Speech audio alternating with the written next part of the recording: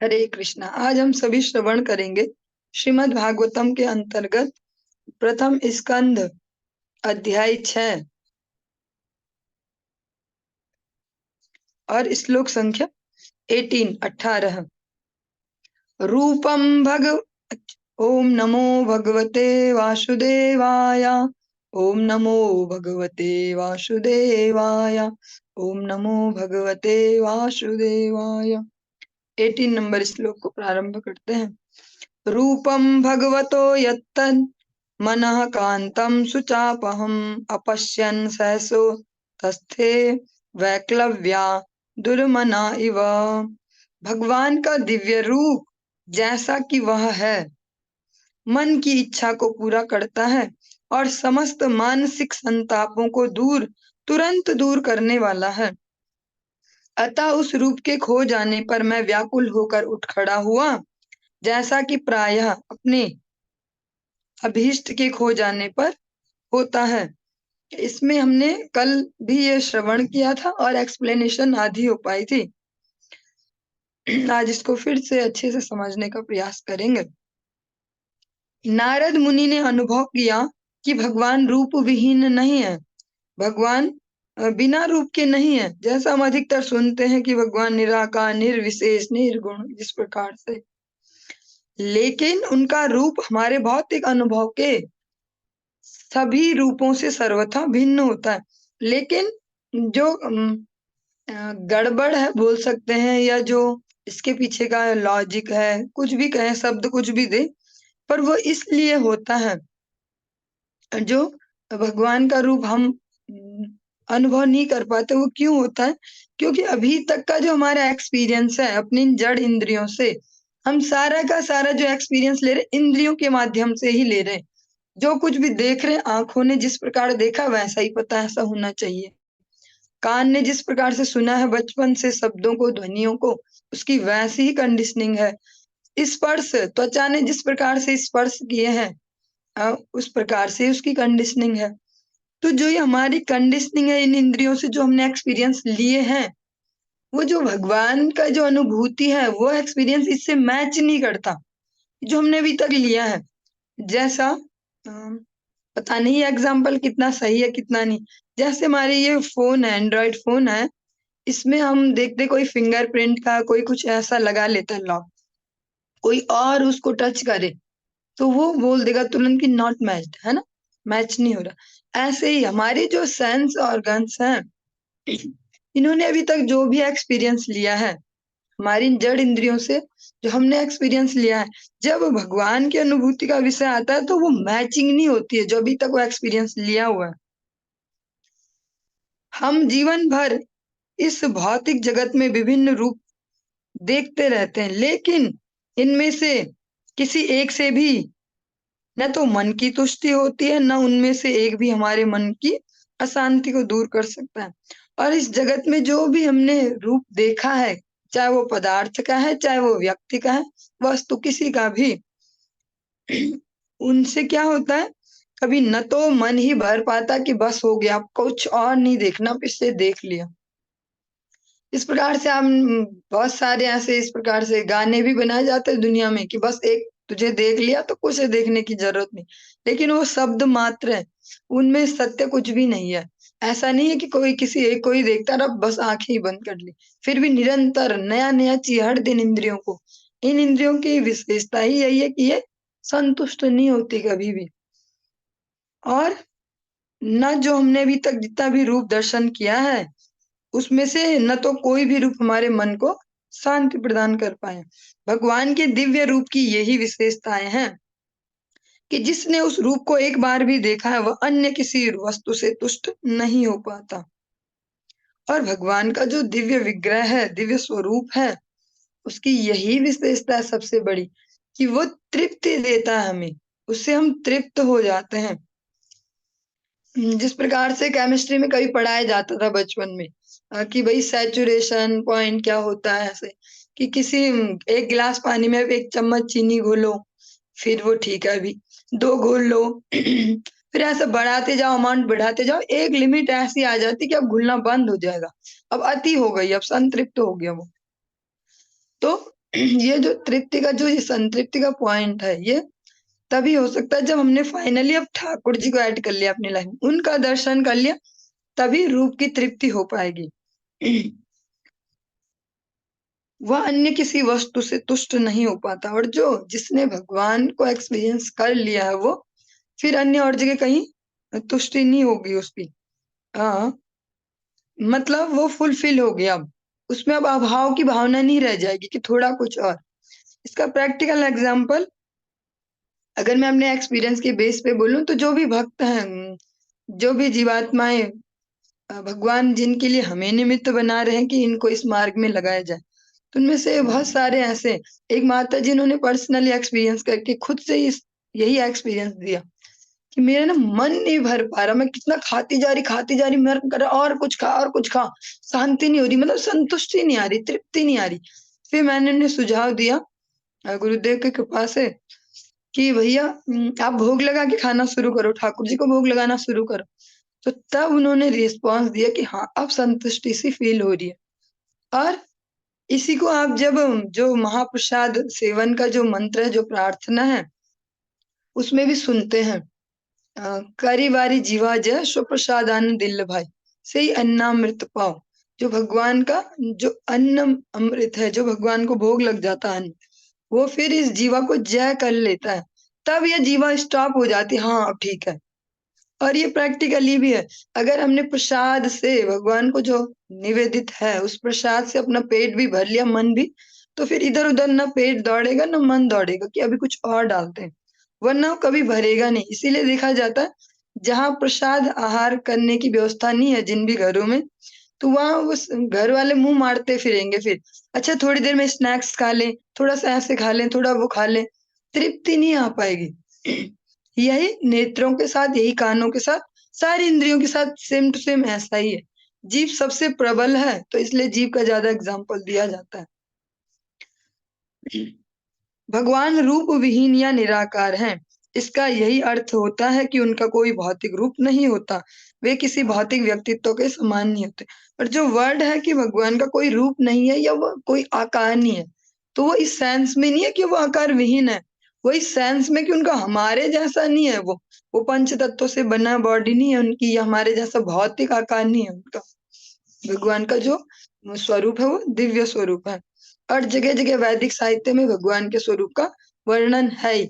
श्री सुखदेव गोस्वामी जी की बात करें तो वो जन्म से ही इतने तत्व ज्ञानी है कि भगवत माया मुझे ग्रसित न कर ले, इसलिए कहते हैं कि अपनी नाल को ही, नाल छेदन भी नहीं हुआ, केवल माता के एंड पे वो अलग हुई है और उसको ही अपने गले में लपेटा और भाग गए कि मैं इस जगत में न फंसू। ऐसे सुखदेव गोस्वामी भी जब भगवान के रूप माधुरी का वर्णन सुनते हैं, तो वो उनको भी फिर क्लिक होता है कि कौन होगा ये इतना सुंदर। तो वो सुखदेव गोस्वामी कोई नॉर्मल व्यक्ति तो नहीं है कि किसी की भी सुंदरता का वर्णन सुना कि तेरे काले काले हैं बाल, तेरी आंखें ऐसी, तेरे कान ऐसे, तेरे होंठ ऐसे, और वो मुग्ध हो जाए। वो तो उस लेवल पे कि जो भगवान का जो ब्रह्म स्वरूप है उसमें तदाकार वाली उनकी स्थिति है। तो वो भी जब भगवान की रूप माधुरी सुनते हैं, वंशी विभूषित करा नवनीरदाभा, पीतांबर दरुड़बिंब फलाधरुष्टा। इस प्रकार से आगे भी है भगवान की जो रूप माधुरी, उसका वर्णन सुनते तो है, फिर वो क्लिक करता है उनको। ऐसे सुखदेव गोस्वामी फिर वापस गए अपने पिताजी के पास। भगवान की रूप माधुरी और जो कृपा माधुरी है, भगवान कितने दयालु हैं कि जो दूध पिलाने के बहाने जहर पिलाने आई, ऐसी पूतना को भी भगवान माँ की गति देते हैं। अब वो ऐसी पूतना का भी भगवान ने उद्धार किया, उसको भी निज परिकरों में शामिल किया, पर्सनल घर में ही भेजा, कहीं इधर उधर नहीं भेज दिया, कोई गेस्ट रूम में भेज दिया, गेस्ट हाउस में नहीं, अपने ही घर में रखा, श्री गोलोक वृंदावन में। तो जब इस प्रकार से भगवान के रूप माधुरी और दो कृपा माधुरी इसको श्रवण किया सुखदेव गोस्वामी ने, तो वापस गए अपने पिताजी के पास, उनसे फिर भागवतम सुनी, सीखी और उसको आगे विस्तार किया। तो भगवान का कोई भौतिक स्वरूप नहीं है, लेकिन ऐसा नहीं है कि भगवान रूप विहीन है, भगवान का भी दिव्य स्वरूप है। आध्यात्मिक जीवों के रूप में भगवान के उस दिव्य रूप से संबंधित होने के कारण हम सभी जन्म जन्मांतर भगवान के उसी रूप को खोजते रहते हैं और भौतिक तुष्टि के अन्य किसी रूप से संतुष्ट नहीं हो पाते। और जो हमारी ये खोज भी है प्रत्येक जीवात्मा की, कुछ बढ़िया देखूं कुछ बढ़िया देखूं, वो इसीलिए कि हमने कभी ना कभी उस जो सबसे बढ़िया है भगवान, उनके रूप को देखा है। और अब ये जो जीवात्मा है वो इन इंद्रियों के माध्यम से उसी सुख को ढूंढता है, उसी सुख को ढूंढता है, यहाँ ढूंढ वहां ढूंढ, वो मैच करना चाहता है। जैसे फोन में हम बोलते हैं फिंगरप्रिंट मैचिंग, वैसे मैच करना चाहता है। कहाँ मैचिंग होगी, कहाँ मैचिंग, जब तक नहीं हो पाती वो ढूंढते ही रहता है, ढूंढते ही रहता है। और इसका जो विकृत स्वरूप है वो समाज में अलग अलग अपराधों के रूप में भी दिखता है कि वो ढूंढते रहते हैं कि और अधिक सुख कहाँ मिलेगा, और अधिक इंद्रिय तर्पण। और लेकिन उसका जो फाइनल जो विश्राम बोलते हैं, पायो परम विश्राम, वो भगवान के पास आकर ही होता है। चाहे वो रूप की तृष्णा है, इंद्रियों के तर्पण की तृष्णा, कोई सी भी, जो फाइनली भगवान के चरणों में जो लग जाए किन्हीं भक्तों की कृपा से, वह सारी इच्छाएं शांत होती हैं। इसके अनेक एग्जाम्पल है इतिहास में भी या वर्तमान समय में भी कि अ, जैसे एग्जाम्पल दिया जाता है विल्व मंगल ठाकुर का, या एग्जाम्पल जैसे आप सुनते हैं तुलसीदास जी का या वाल्मीकि जी का लो, या ऐसे बड़े बड़े नाम हैं जो फिर इतने दिखते हैं, हमारी दृष्टि से दिखे कि इतने डाउन थे, लेकिन भगवत कृपा से, एक संत कृपा से नारद जी इनके जीवन में जाते हैं, ये कोई अन्य संत एंटर हुए लाइफ में तो कहाँ से कहाँ पहुंचे, है ना। वह साफ साफ दिखता है कि जो वो प्यास है हमारी इंद्रियों की, अगर प्यास शब्द बोले तो सबसे अच्छा ही होगा, जो हमारी इंद्रियों की पिपासा है, ये किसी भी विषय को लेके, नेत्रों के द्वारा देखने की, कानों से सुनने की, क्या सुने, अच्छा नया कौन सा गाना लॉन्च हो गया, कौन सा नया म्यूजिक आ गया, कहाँ ढूंढे, ऐसे ऐसे, वो सब शांति कहाँ मिलती है, भगवान नाम में, भगवान के रूप में, भगवान के धाम में, वहीं जाके वो परम विश्राम वाली स्थिति आ पाती है। और उसके बाद फिर वो खोज पूरी हो जाती है, फिर नहीं मारते इधर उधर मुंह। इसीलिए जो भगवत भक्ति में आ जाते शांत हो जाते हैं फिर, क्योंकि उनके जो इंद्रियां थी जो जिस सुख को ढूंढ रही थे वो मैचिंग फाउंड हो गई है, तो अब वो फिर अन्य जगह कहीं वो नहीं करते। इसलिए देखा जाता है कि भक्तों में भौतिकता को लेके फिर उत्साह नहीं होता।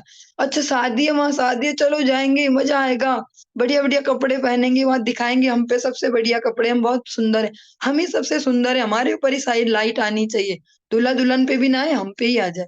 प्रयास तो यही होता है सबका, सच धज के जाने का, हम पे ही सारी लाइट आए। अच्छा ऐसे होगा, वहां जाएंगे, ऐसा है, कुछ भी अनेक एग्जाम्पल है जिस प्रकार से जो समझ पाए। फिर भगवत भक्ति में आने के बाद फिर ये प्यास नहीं देखी जाती, क्योंकि उन्होंने ऐसे सरोवर का मीठा जल पी लिया कि उसके बाद ये कड़वे नमकीन ये सारे जल उसे पसंद नहीं आएंगे। नारद मुनि को इसकी झलक मिली थी, लेकिन उसे दोबारा न देखकर वे विकल हो उठे और उसे ढूंढने के लिए सहसा उठ खड़े हुए। भगवान ने जो थोड़ी देर के लिए अपने दिव्य स्वरूप का दर्शन कराया अंतःकरण में, अब फिर वो छवि हटा ली, तो नारद जी व्याकुल हो गए और उसे ढूंढने के लिए सहसा उठ खड़े हुए, जो हमारी एक नॉर्मल प्रतिक्रिया होगी। हम जन्म जन्मांतर जिसकी खोज करते हैं वह नारद मुनि को मिल गया था, अतः उनका अदृश्य होना निश्चित ही उनके लिए आघात पहुंचाने वाला था, जिसके लिए जन्म जन्मांतर से प्रयास कर रही है प्रत्येक जीवात्मा। नारद जी को वो मिल गया और अचानक वो गायब हो जाए, वो छूट जाए, वो खो जाए, तो फिर उनको जो उनकी जो व्याकुलता है वो सहज ही है। दिदक्षुस्तदहं भूया प्रणिधाय मनोहृदि वीक्षमाणोऽपि न तृप्त इवातुरः। मैंने भगवान के उस दिव्य रूप को पुनः देखना चाहा, लेकिन अपने हृदय में एकाग्र होके उस रूप का दर्शन करने के सारे प्रयासों के बावजूद मैं उन्हें फिर न देख सका। इस प्रकार असंतुष्ट होने पर मैं अत्यधिक संतप्त हो उठा। इसका जो एक्सप्लेनेशन है वो श्रवण करते हैं। ये शब्दार्थ जो है वो भी सरल ही है, लेकिन जो हमारे समय के हिसाब से हमारी जो बुद्धियां हैं उनमें उनकी ग्रहण की क्षमताएं घट गई हैं, इसलिए इसको और सरल किया जाता है तात्पर्य के माध्यम से इन आचार्य वर्ग द्वारा। भगवान के रूप को देखने की कोई यांत्रिक विधि नहीं होती। यह पूर्ण रूप से भगवान की आयतों की कृपा पर निर्भर करता है। भगवान को देखने वाली कोई प्रोसेस नहीं है, मतलब अ, अम, ऐसे तो है कि भक्ति कीजिए, ये होगा, फिर ये होगा, फिर भगवान दिख गए। लेकिन ये प्रोसेस हमारे प्रयास पे टिकी हुई नहीं है कि हम इतनी मेहनत कर लेंगे तो बस भगवान को दिखना ही होगा। नहीं, वो भगवान की कृपा पे निर्भर है कि भगवान दिखना चाहते हैं या नहीं। सोई जान नहीं जेहु देहु जनाई, जिसको आप चाहते हो कि वो आपको देख पाए, आपको समझ पाए, वही देख पाएगा, वही समझ पाएगा। इसका एक बहुत ही सुंदर एग्जाम्पल यशोदा मैया के केस में सब देख सकते हैं हम। यशोदा मैया तो वात्सल्य रस की और अभी ब्रज में वात्सल्य रस की उसकी भक्त हैं। लेकिन जब लीला हुई कि यशोदा मैया भी सोचती कि बांधूंगी आज लाला तुझे, मैं बांध के रखूंगी, तो फिर भगवान भी थोड़ी देर के लिए सोचते, अच्छा बांधोगी तो बांधो, मुझे बांध के दिखा। फिर बांध नहीं पाएंगे, अपने प्रयास से नहीं बांध पाएंगे। और जब भगवान के सरेंडर कर देंगे कि लाला अब मैं थक गई, अब मेरे बस का नहीं, तुझे बनना है तो तू बन जा बस, तब ठाकुर जी अपनी मर्जी से सोचेंगे ठीक है लो, फिर एकदम बन जाए। हाँ, बन गए तुरंत ही। तो ये कोई भगवान को देखने वाली कोई ऐसी प्रोसेस नहीं है मैकेनिकल, ऐसी ये करो ये करो ये करो बस मिल गए भगवान। भगवान का जो दर्शन है, भगवान की कृपा उनकी कृपा पर ही निर्भर करते, उनकी मर्जी पे है, वहां फिर हमारी मर्जी नहीं है। इसीलिए आप जब सुने, थोड़ा सा ऊपर का लेवल हो जाएगा, पर फिर भी जो चैतन्य महाप्रभु जब इसी भाव में भावित होके, जो ब्रज भाव है उसमें भावित होके अपना जो शिक्षाष्टकम है उसका जो अंतिम श्लोक सुनेंगे, अभी हमारा लेवल वो तो नहीं हम उस श्लोक की चर्चा कर पाए, बस उसमें से मोटा मोटा बाहर से टच करके आगे निकलते हैं। आश्लिष्य वा पदरताम पिनष्टु माम अदर्शनान मर्महताम करोतु वा यथा तथा विदधातु लंपटो मत प्राणनाथस्तु सएव ना परा। महाप्रभु इसमें जो कहते हैं हम उसका सरल भाव लेके आगे भागते हैं, क्योंकि हमारा उसमें प्रवेश का अधिकार नहीं है। लास्ट में यही कह रहे कि आप जैसे भी हो, जैसा भी मुझसे बिहेव करो, लेकिन मेरे प्राणनाथ आप ही होंगे। मीन्स फाइनल आपकी ही मर्जी चलेगी। हम भगवान से यह मांग नहीं कर सकते कि वे हमारी दृष्टि के समक्ष उपस्थित हो जाएं। ठीक वैसे ही जैसे कि सूर्य को हम यह मांग नहीं कर सकते कि वह हमारी इच्छा के हिसाब से उदित हो। सूर्य स्वेच्छा से उदय होता है, उसी तरह से भगवान भी अपनी अहेतु की कृपा वश ही उपस्थित होते हैं। मनुष्य को चाहिए कि उपयुक्त अवसर की प्रतीक्षा करे और भगवान की भक्तिमय सेवा के लिए अपनी नियत कर्म करता रहे। हम क्या कर सकते हैं, पूरा जोर लगा सकते हैं अपना, और फिर प्रतीक्षा कर सकते हैं, वेट कर सकते हैं कि ठाकुर जी जैसी आपकी मर्जी, और हर दिन उसी उत्साह से सेवा करनी है जो हमें दी गई है। इसका बहुत ही सुंदर एग्जाम्पल, और जो अभी वर्तमान समय है जस्ट ये चल ही रहा है, इसमें सबसे अच्छा एग्जाम्पल हो गई, इससे हम जल्दी समझ पाएंगे। कल जो तिथि है, कल भारत के और पूरे विश्व के इतिहास में एक बहुत बड़ी तिथि है कि भगवान राम का जो श्री मंदिर है उसका गर्भगृह का कार्य पूर्ण हो गया, गर्भगृह का, और जो भगवान का बाल रूप का जो विग्रह है उनकी प्राण प्रतिष्ठा होनी है। तो अगर हम एग्जाम्पल ले सबरी जी का, तो बहुत सुंदर एग्जाम्पल होगा। उन्होंने अपने गुरु वचनों पे निष्ठा रखी और धैर्य रखा, उत्साहात निश्चयात धैर्यात। रूप गोस्वामी जी जिसको बता रहे हैं उपदेशामृतम में, उसका अगर लाइव एग्जाम्पल देखे तो सबरी जी, वो बचपन में सरेंडर हो गई थी, बचपन में, और फिर धीरे धीरे बड़ी भी हुई होंगी, जिसको हम यंग एज बोलते हैं, वो शब्द हिंदी में जो मीनिंग है वो मुझे असहज लगता है, इसलिए मैं शब्द नहीं बोलती हूँ। तो फिर सबरी जी बड़ी भी होंगी, यंग एज में भी पहुंची होंगी, फिर सारे कुछ होते हुए अचानक से वो बूढ़ी थोड़ी ना हो गई थी कि सबरी मैया, हर एक एज के, हर दिन बाय डे हर एक समय चला उनके जीवन का। उन्होंने अपने गुरुदेव तो जाने लगे जल्दी, अभी वो इतनी बूढ़ी थोड़ी हो गई थी, गुरुदेव जल्दी जाने लगे कि हो गया मेरा टाइम। तो फिर गुरुदेव से पूछा कि अब क्या, तो बोला कि बस तुम वेट करो, तुम धैर्य से, उत्साह से, निश्चय से यहीं सेवा करो, भगवान यहीं आएंगे, तुम्हें कहीं नहीं जाना। फिर उन्होंने वहां पर वेट भी किया, और जो बाकी सब थे, जो सो कॉल्ड जो भी कह सके, वो भी हमारा अधिकार क्षेत्र नहीं है। बाकी अन्य जो लोग थे वो उनको छोड़कर चले गए। ये तो नीच नीच कुल में भी जन्म हुआ, नीच शरीर भी है, स्त्री शरीर भी है, कुल भी ऐसा ही मिला है, तो और हम नहीं रह सकते यहाँ। ये तो अस्पृश्य टाइप की, हम नहीं रहेंगे, सब छोड़कर चले गए। एकांत में, जिसको हम बोलते हैं लोनलीनेस, वो एकांत भी झेला होगा, लेकिन कैसे झेला? भगवान की कृपा से, भगवान की याद में। फिर वो अकेली थी ही नहीं, गुरुदेव के वचन उनके साथ रहे जीवन के हर क्षण में। इस प्रकार से इतना लंबा टाइम पीरियड, हर दिन उत्साह से वही सब करना कि जैसे आज ही आ रहे हैं ठाकुर जी, आज ही सब चमकाओ, झाड़ू भी मारो, सारी तैयारी करो। हमारा तो जो अभी लेवल है, हमें जब पता चले गुरुजी उस दिन आ रहे हैं और घर पे भी प्रोग्राम उस दिन, तब जाके थोड़ा थोड़ा करो, 1 घंटे पहले कुछ कुछ। लेकिन वो हर दिन करती है उसी रुचि से। इतना उत्साह है भक्ति में, निश्चय है और धैर्य भी है कि गुरुजी ने बोला है तो भगवान आएंगे। गुरु मुख पद्म वाक्य चित्ते ते करिया एक क्या, आर ना करी हम मने आशा। हम सब इसको बोलते हैं, हमारे लिए इतने सरल करके प्रोसेस दी है भक्तिनोद ठाकुर जी ने, लेकिन फिर भी हम समझ नहीं पा रहे। और इतनी सारी व्यवस्था भी है कि गुरुजी भी अभी उपलब्ध हैं, आते भी हैं, मिलते भी हैं, वैष्णव भी सब जगह लगे हुए हैं प्रयास में, सोशल मीडिया पे भी साधु संग, फेसबुक पे साधु संग, ये वो, लेकिन वो जो बेस है वो नहीं हमारे पास अभी। उसके ही अभाव में तो सब गड़बड़ चल रही, वरना सब कुछ तो है ही उपलब्ध जो चाहिए। और सबरी जी के पास इनमें से कुछ भी नहीं था, केवल यही एक विचार था कि गुरु मुख पद्म वाक्य चित्ते ते करिया एक। उनको तो किसी ने भजन लिख के भी नहीं दिया था कि गुरु मुख पद्म वाक्य चित्ते ते करिया एक। हमको लिख के भी दे रखा, रोज बोल भी रहे, चिल्ला भी रहे, फिर भी उसको रियलाइज नहीं कर पा रहे, जीवन में उतार नहीं पा रहे। लेकिन सबरी जी ने वो करके दिखाया, गुरु मुख पद्म वाक्य चित्ते ते करिया एक, आर ना करी हम अन्यास, और उस उत्साह निश्चय धैर्य उसको किया। फिर रिजल्ट सारी दुनिया ने ही देखा है ना, उसमें तो कुछ बोलने की बात नहीं।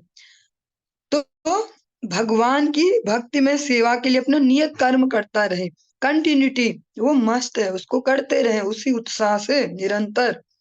नारद मुनि ने सोचा कि वे भगवान को पुनः उसी यांत्रिक विधि से देख सकेंगे जिससे वे प्रथम प्रयास में सफल हुए थे, लेकिन अत्यंत प्रयत्न करने पर भी उनका दूसरा प्रयास सफल नहीं हो पाएगा। और जो शब्द है थोड़े से अटपटे हैं, हमारे समझ में नहीं बैठ पाएंगे। अ, मतलब सारी प्रोसेस सिखाई गई कि ये करो, ये करो, और फिर भगवान मिल गए, और फिर वो गायब भी हो गए। और जो अभी तक का बोला था कि भैया ऐसे ऐसे से भगवान मिलते हैं, वो फिर से अप्लाई किया, लेकिन इस बार नहीं आए भगवान। क्यों?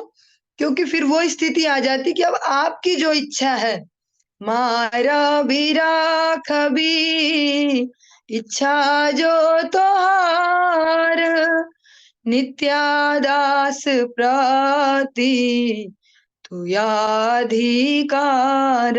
सारी प्रोसेस जो बताई गई वही दोबारा रिपीट की, लेकिन अब भगवान नहीं है, अब भगवान की मर्जी चलेगी। क्यों? क्योंकि जो वो प्रोसेस को फॉलो करने वाला वो भी उस स्थिति में पहुंच गया है जहां वो भी समझ पाए कि आपकी जो मर्जी।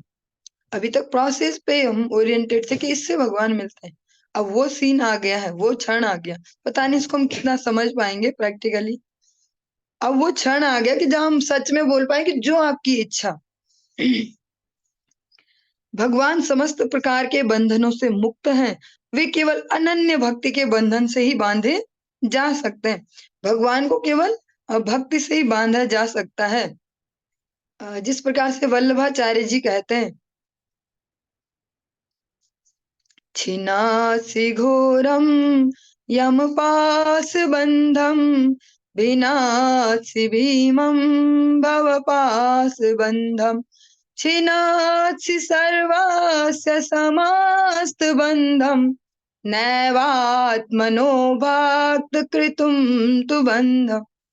आप जो घोर यम बंधन है उससे भी छुटकारा दिलाने वाले हो। छिन्नत्सि घोरम यम पास बंधम, विनत्सि भीमम भव पास बंधम। यम पास के बंधन से छुटकारा आप दिला सकते हो, और भव बंधन से छुटकारा आप दिला सकते हो।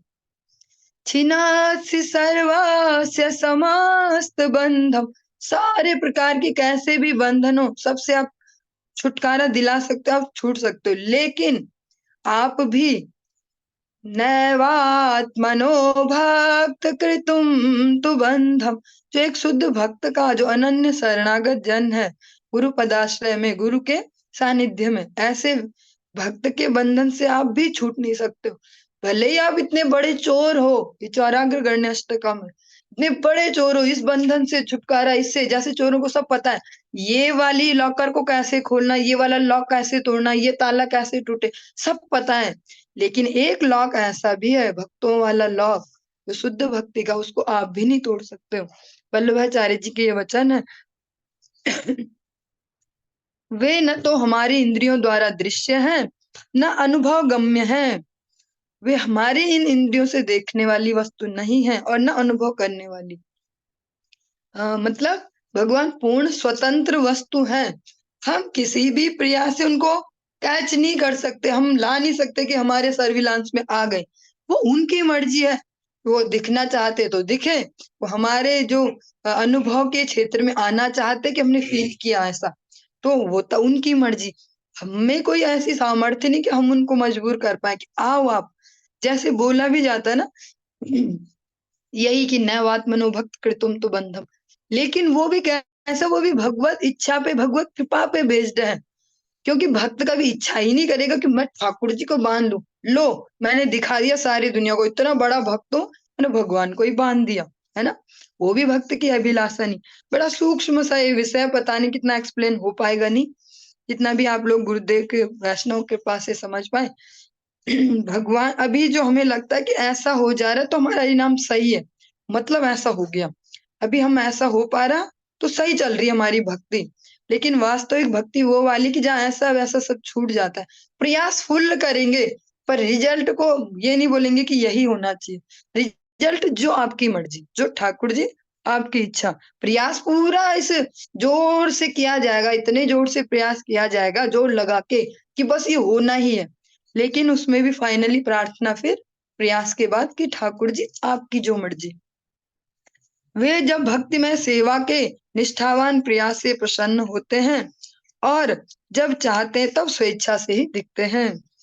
भगवान पे ही वो सब डिपेंड कर रहा है।